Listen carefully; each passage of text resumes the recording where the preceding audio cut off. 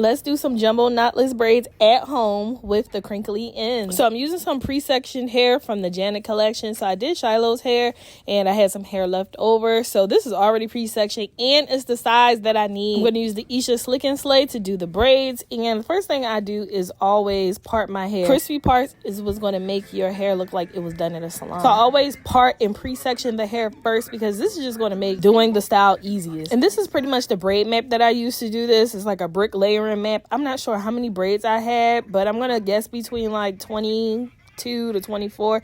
And so I take my Isha Slick and Slay and want to make sure that I smooth my hair out because these are jumbo knotless braids. You want your hair to be as smooth as possible. So I start off with a little braid and then I go into adding my first piece of hair. So I feed in about 3 pieces of hair. So I feed in my first piece of hair up top, braid a little bit, add in my second piece up there, and then I braid down some, and then I add in my last piece to complete the thickness of the braid so that the thickness is evenly distributed. So it's not big up top and then small at the bottom. You want the size of the braid to descend in size properly. So I braid those down. This is pretty much like the length of lower back because I'm only 5'2". I don't like braids that are super long. So after doing the braids, I just twist it back around to make sure it's laid properly, and then I put some edges on because I think the edges make the braid. What y'all think? So I put a little bit of edges and I put a little swirly, and I usually don't do that. So this was the finished product. At the ends, I forgot to record. I just braided it up and dipped it in some boiling hot water, and that's how I got the crinkle on the end. Super easy to do. Is it cute or what?